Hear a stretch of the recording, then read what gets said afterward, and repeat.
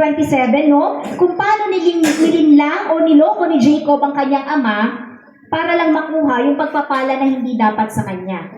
Madalas, tayong mga tao, gagawin natin yung isang bagay, makuha lang natin yung isang blessings.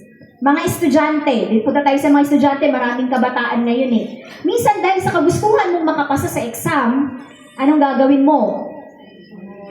Mangungodi ko? Mangungopya? Dahil syempre, gusto mo makareceive ng blessings, gusto mo makareceive ng mataas na grade, to the point na gagawa ka ng hindi maganda. Mga negosyante, may negosyante ba rito? Dahil sa kagustuhan mo makabenta, no, sa iyong tindahan, ng mas malaki, anong gagawin mo? Tataasan mo yung presyo. Na hindi mo napapansin, nanlalamang ka na ng kapwa mo. Marami tayong mga ginagawa na hindi natin napapansin na tayo pala ay nasa bandage na ng sumpa. Na hindi na natapos-tapos sa buhay natin yung sumpa na yun. So mamaya pag-aaralan natin. Lahat daw tayo ay nagnanais ng pagmamahal, pagsang-ayon at lubos na pagtanggap. Totoo hindi? Totoo. Lahat tayo gusto natin na tanggap tayo. Wala naman sigurong gusto na alone, mag-isa lang siya. 'Di ba? Lahat gusto natin tanggap tayo, pero ang katotohanan, ang reality, hindi mo mapiplease ang lahat ng tao sa paligid mo.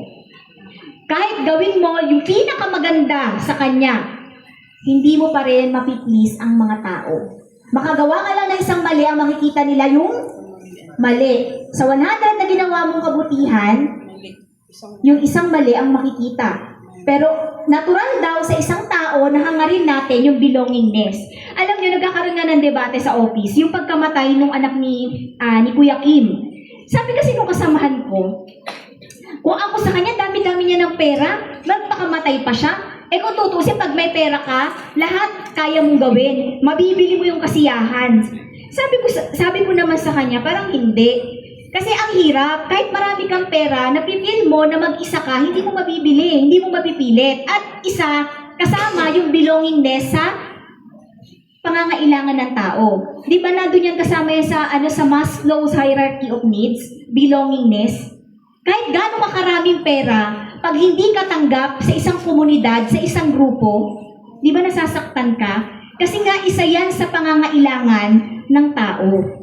So, lahat tayo naghahangad, nagnanais na mahalin tayo, tanggapin tayo ng bawat isa.